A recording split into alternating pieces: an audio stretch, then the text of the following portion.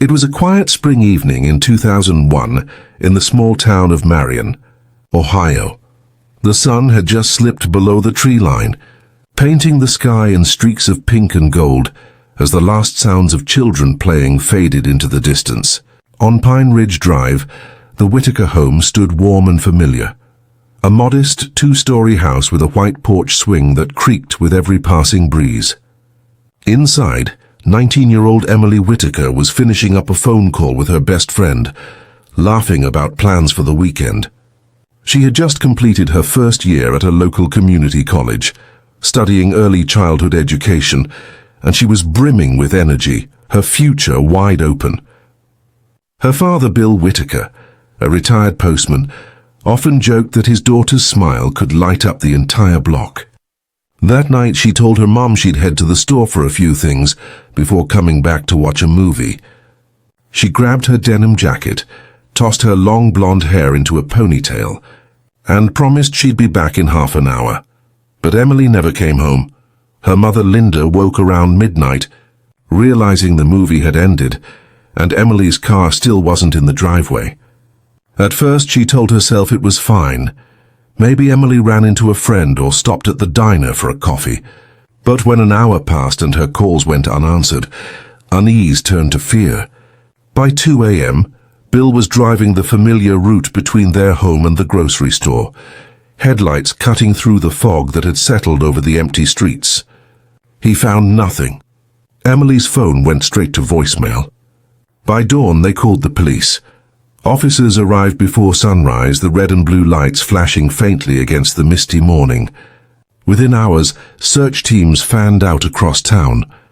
They checked the grocery store parking lot, nearby wooded trails, and the roads leading out of Marion. Emily's silver Honda Civic was found the next afternoon, abandoned near an old service road just 2 miles from home. The driver's door was unlocked. Her purse was still on the passenger seat. The keys were gone. And on the ground beside the car, police found a single sneaker, its laces untied. For a town like Marion, things like this just didn't happen. It was the kind of place where people left their doors unlocked, and everyone knew everyone's business. The Whitakers were a respected family, kind, quiet, deeply rooted in the community. As word spread, neighbors began gathering at the house, dropping off casseroles, candles, and prayers. But behind every polite whisper was the same unspoken question: who could have done this? Over the next week, hundreds of volunteers joined in the search. Drones weren't yet widely available, so they relied on foot patrols, horseback units, and helicopters borrowed from the county sheriff's office. The search stretched across fields, along the banks of the Scioto River, and through abandoned barns. But as days turned into weeks, hope began to fade. 2 months later, in July 2001, a farmer discovered human remains on the outskirts of his property, near a dense patch of woods about 6 miles from where Emily's car had been found. The remains were quickly identified through dental records. It was Emily. The news shattered the community. A candlelight vigil was held in the town square, hundreds of people standing in silence as Bill and Linda clung to each other, their faces pale and hollow. The coroner's report revealed Emily had suffered blunt force trauma and signs of a struggle. But investigators couldn't determine exactly when she had been killed. Detective Mark Ellison, who led the case, described it as one of the most difficult of his career. They processed the crime scene meticulously, collecting fibers, soil samples, and biological evidence. But in 2001, DNA testing was still a developing field, especially for smaller jurisdictions like Marion County. The evidence they collected was preserved, but without a clear suspect, there wasn't much they could do.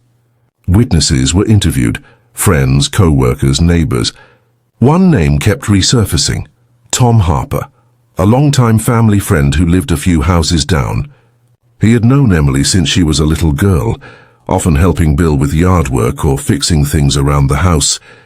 Tom told police he'd seen Emily the day before she disappeared, but denied any involvement. His alibi, a night at home watching TV, was weak, but without proof there wasn't enough to charge him. The investigation soon expanded beyond Marion. The Ohio Bureau of Criminal Investigation got involved, reviewing the evidence and re-interviewing key witnesses. A few leads emerged: a suspicious vehicle seen near the service road, a co-worker who mentioned Emily had recently been followed home, but every path led to another dead end. Months passed, then years. The case eventually went cold, filed away in the department storage room alongside dozens of others that had once gripped the town's heart. For Emily's family, time did not dull the pain. Her mother stopped attending church, unable to face the pitying looks. Her father aged almost overnight, his once steady hands trembling as he stared at the empty seat across from him at breakfast.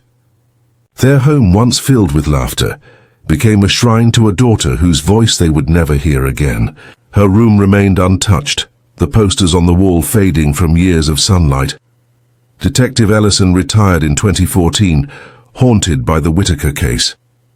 Before leaving, he made one final request: that Emily's evidence file be re-examined whenever new DNA technology became available. "We owe her that much," he said during his farewell interview. In 2019, nearly 2 decades after Emily's murder, that promise was fulfilled. A new unit specializing in cold cases was formed at the state level, focusing on revisiting unsolved crimes using advanced DNA testing techniques.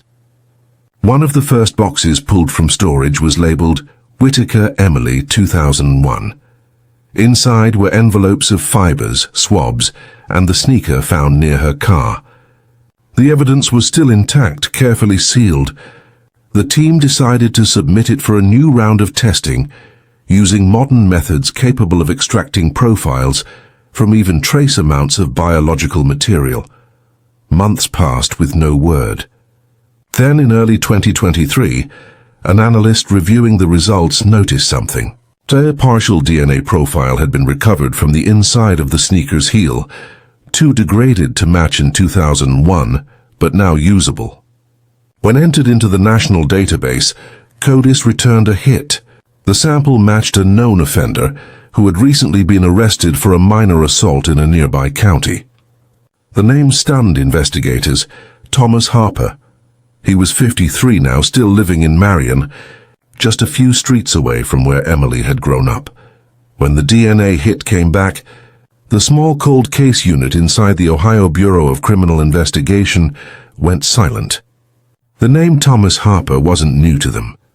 His file, once thin and uneventful, had been flagged in the original 2001 investigation, but he'd slipped through because there had never been evidence linking him directly to Emily Whitaker's death. Now, 2 decades later, science had done what human intuition couldn't. Detective Carla Jensen, who had taken over as lead on the case in 2020, stared at the match report on her desk.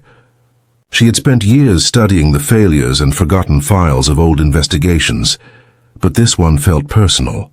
She'd grown up in a town not unlike Marion, quiet, trusting, full of people who believed evil was something that happened somewhere else.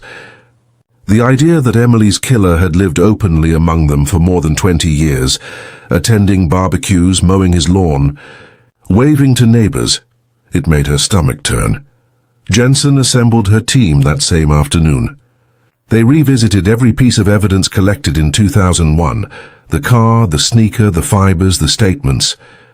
The DNA match to Harper wasn't just a coincidence, it was a direct link. But she knew the court would demand more. After all, Harper had lived in proximity to the Whitakers for years. The defense could argue transfer or contamination unless the connection was airtight. They began reconstructing Harper's movements from the night Emily disappeared. Old phone records were pulled. Bank statements, vehicle registrations, and employment logs were examined. It turned out Harper had taken a day off work around the time of Emily's disappearance, citing personal reasons. Neighbors back then had told police they saw his truck parked near the edge of town that evening, but it hadn't seemed suspicious at the time. Marion was full of pickup trucks, and the description was vague. In February 2023, investigators decided It was time to talk to him. They drove to his house on Maple Grove Road, a modest single-story home with peeling paint and a sagging porch. Harper answered the door wearing a faded baseball cap and an expression that was both cautious and weary. When Detective Jensen introduced herself and mentioned Emily Whitaker's name, she noticed his shoulders tense, just slightly. They invited him to come down to the station to clarify some things about an old case. Harper hesitated but agreed, perhaps believing that whatever they had after 22 years couldn't possibly stick. He drove himself to the Marion County Sheriff's Office, parking in the same lot where years before, Bill Whitaker had stood begging for help to find his daughter. The interview started casually. Jensen asked him about the Whitakers, about the old neighborhood, about how life had changed since then. He spoke easily at first, his voice steady, his tone cooperative. But when she slid the photo of Emily's sneaker across the table and mentioned the new DNA results, his demeanor shifted. His eyes darted toward the door. He licked his lips. "We found your DNA inside that shoe," Jensen said quietly. "It wasn't there by accident." Harper didn't answer at first. He just sat back in his chair, breathing heavily. The silence stretched for nearly a minute before he muttered, "You can't prove anything. I helped them look for her, remember?" "That's exactly what makes it worse," Jensen replied. "You looked her parents in the eyes. You helped them search for their daughter, knowing where she was the whole time." The interview continued for nearly 3 hours. Harper denied everything, claimed the evidence was contaminated, said he had borrowed a pair of shoes to help with yard work once, and maybe that's how his DNA got there. But the lies tangled quickly. When asked to recall where he was that night, his story shifted. First he was home alone, then with a friend, then he couldn't remember. After the interview, detectives obtained a search warrant for his home. They collected fibers from his vehicle, soil samples from his backyard, and several personal items that might yield additional DNA. When compared with the preserved evidence from 2001, multiple partial matches surfaced. It was no longer a question of probability. It was certainty. On a cold March morning in 2023, police cars surrounded Harper's home. Neighbors gathered on their porches as officers led him out in handcuffs. Some stood in shock. Others whispered to one another, unable to reconcile the image of the quiet man who had lived among them for decades with the horrific truth now unfolding. News of the arrest spread quickly. For the Whitaker family, it reopened old wounds they had spent years trying to seal. Linda, now 67, was at home when she got the call from Detective Jensen. She said nothing for several seconds, just held the phone to her ear, tears welling up. "Are you sure?" she finally asked. Jensen's voice was steady but soft. "Yes, ma'am. We have his DNA. It's him." When local media broke the story that afternoon, residents of Marion gathered outside the Whitaker home to leave flowers once again. This time, not in mourning, but in solidarity. Reporters interviewed townspeople who remembered the search in 2001, the heartbreak, the fear that had settled over the town like a shadow. Many said they always suspected the killer was someone close, but no one had dared to imagine it could be a man who once attended Emily's memorial service. As Harper sat in a county jail cell awaiting arraignment, investigators continued piecing together what really happened that night in 2001. Evidence suggested Emily may have encountered him by chance near the service road where her car was found. She likely knew him well enough to stop and talk, not realizing the danger. There were signs of a struggle, consistent with someone fighting to escape. In early April 2023, prosecutors announced formal charges: 2 counts of first-degree murder and 1 count of kidnapping. During the arraignment, Harper appeared frail but emotionless. He entered a plea of not guilty. Behind him, Linda and Bill Whitaker sat quietly in the front row, holding hands, their faces lined with both pain and resolve. Outside the courthouse, reporters surrounded them. Bill spoke only briefly. We've waited 22 years for this. We never stopped hoping. And now, maybe we can finally rest. The trial was scheduled for early 2024. For months, the community buzzed with talk of the case, old memories resurfacing, theories reigniting, wounds reopening. Detective Jensen and her team worked tirelessly to prepare, determined not to let the decades-old evidence go to waste. They re-interviewed witnesses who were now middle-aged, tracked down retired officers, and reconstructed the events leading to Emily's last known moments. When the trial began in January 2024, the courtroom was packed. Journalists filled the benches, true crime podcasts ran special episodes, and cameras lined the courthouse steps. For a town that had spent over 2 decades haunted by a question mark, this was the moment of reckoning. The prosecution presented a meticulous timeline, starting with the discovery of the car in 2001, leading to the new DNA analysis in 2023. They called forensic experts, who explained how advances in touch DNA and sample preservation had made it possible to extract a usable profile after so many years. They showed photos of the evidence, including the sneaker that had finally told the truth. Harper's defense tried to cast doubt, arguing the DNA could have been transferred through innocent contact. But the prosecution countered with a devastating fact. Harper's DNA wasn't just found on the sneaker, it was also detected under Emily's fingernails. That detail, preserved in a sealed swab for more than 20 years, sealed his fate. Midway through the trial, an old friend of Harper's came forward, testifying that Harper had confessed to hurting someone back in 2001 after an argument got out of hand. He had dismissed it at the time as drunken rambling, but now, hearing the news, he realized what those words had meant. When the verdict finally came, the courtroom fell silent. After less than a day of deliberation, the jury returned with a unanimous decision. Guilty on all counts. Linda Whitaker closed her eyes as tears streamed down her face. Bill placed a trembling hand on her shoulder. Justice, long delayed, had finally arrived. When the word guilty echoed through the courtroom, the air seemed to hold still. It was as if the entire town of Marion had been holding its breath for 22 years, waiting for that one moment that might finally bring peace. Linda Whitaker's sobs broke the silence first, quiet but full of years of pain that had finally found release. Her husband, Bill, sat beside her, his eyes fixed on the man in the defendant's chair. Tom Harper didn't look back.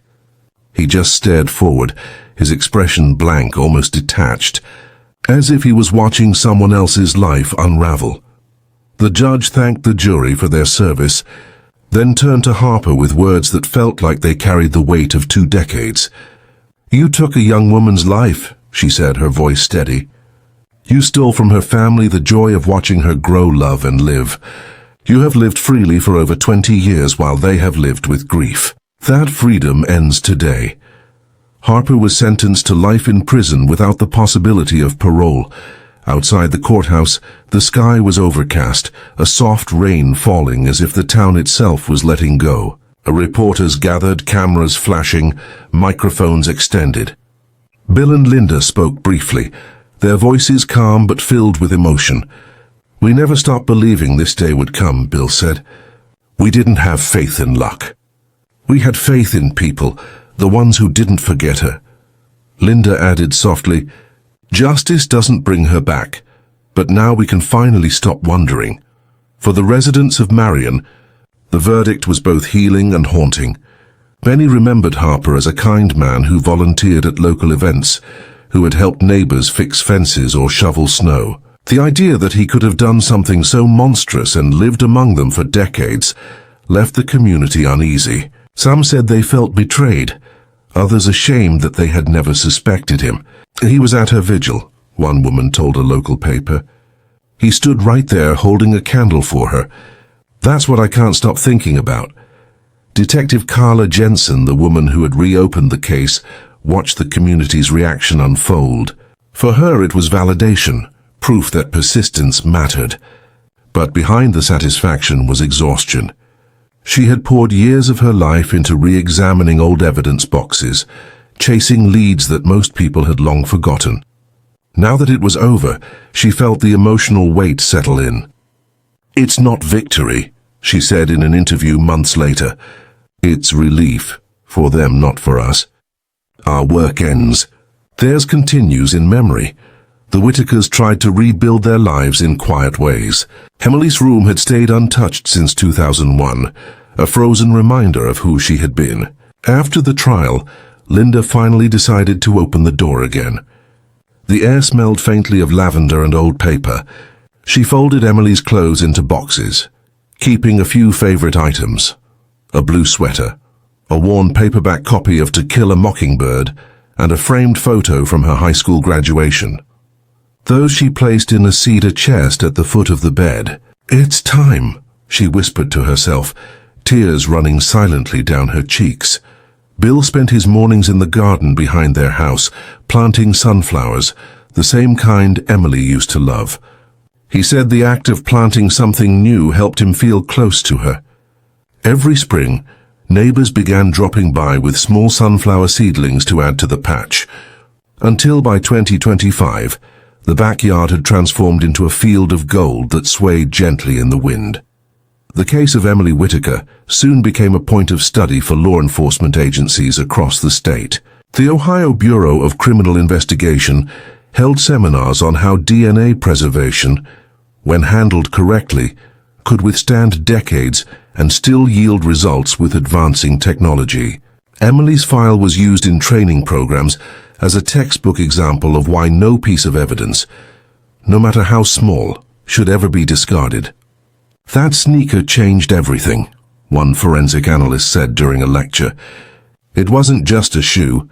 It was a message from the past waiting for science to catch up."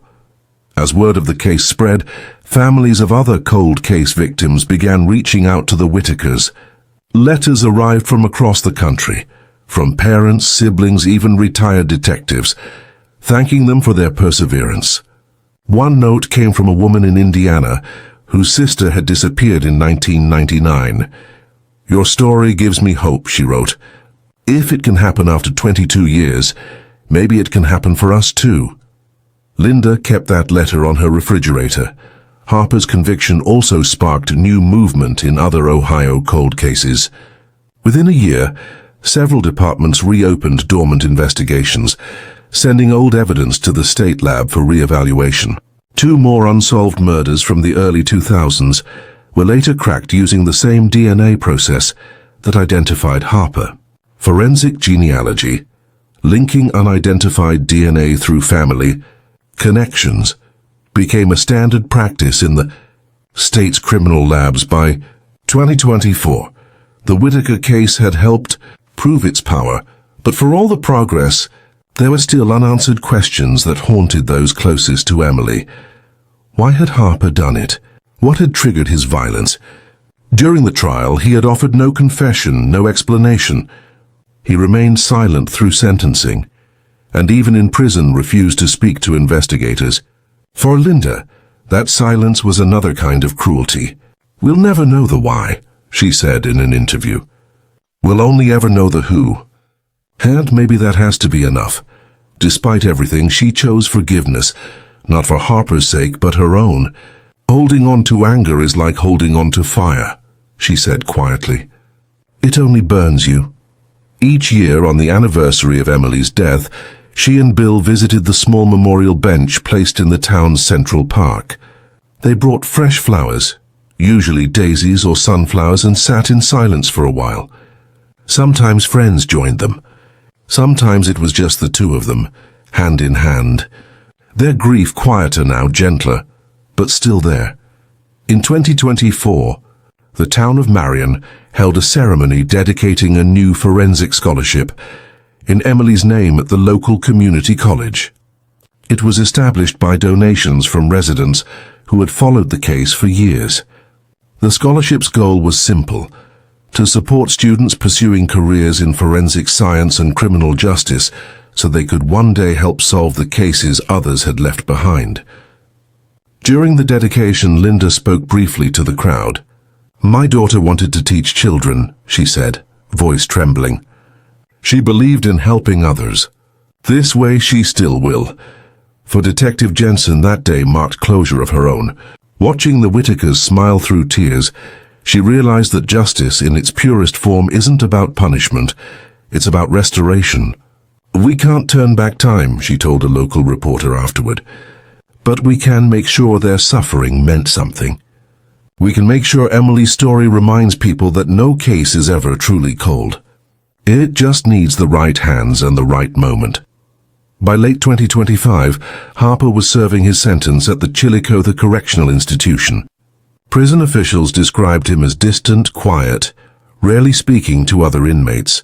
He spent most of his days in his cell, reading or staring out the window. He never expressed remorse or requested to meet with the Whitakers. To the end, he remained a man locked within his own silence. In Marion, life slowly found its rhythm again. The Whitaker home was still a place people visited with flowers on anniversaries. Young couples who hadn't even been born when Emily disappeared knew her story. It had become part of the town's collective memory, a lesson about resilience and the power of truth. One autumn evening, as the sun set over the same quiet streets where Emily had once walked, a neighbor passing by noticed Linda and Bill sitting together on their porch swing. They weren't speaking, just watching the light fade behind the trees, the way it had the night their daughter vanished. But this time the silence didn't feel heavy. It felt peaceful, because at last, after 22 years, they weren't waiting anymore. The conviction of Thomas Grady in 2023 didn't bring the kind of relief the Miller family had imagined for over 2 decades. It wasn't joy or triumph they felt. It was a quiet exhaustion, a release of a breath they didn't know they'd been holding since that autumn evening in 2001, when everything changed. For years they'd prayed for an answer, a name, a face to blame. Now they had one, and that truth came with its own heavy cost. Lisa Miller, Emily's mother, sat in the front row of the courtroom through every hearing, her hands trembling as she gripped a small silver cross that had belonged to her daughter. When the verdict was read, she didn't cry. She simply closed her eyes, nodded once, and whispered, "You can rest now, baby." Her husband David had passed away in 2019, never seeing justice served.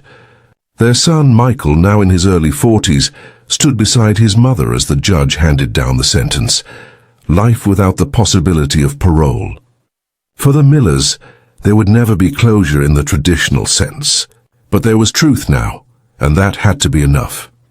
In the months following the conviction, small-town life in Franklin County tried to return to normal, but something had changed.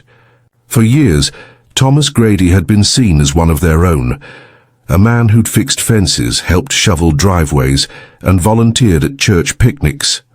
When his name appeared on the evening news as the man who'd taken Emily's life, the community collectively froze. People spoke in hushed tones at diners and hardware stores. Some neighbors refused to believe it. Others were haunted by guilt, remembering moments when they'd seen something that didn't sit right, but brushed it off because it was just Tom. The case became a grim reminder of how evil can hide behind ordinary faces. The sheriff's office, which had long carried the weight of unsolved local cases, suddenly faced new attention. After the conviction, Sheriff Daniels announced the formation of a new unit dedicated to reviewing cold cases with the latest DNA tools, funded partly by donations from residents and advocacy groups.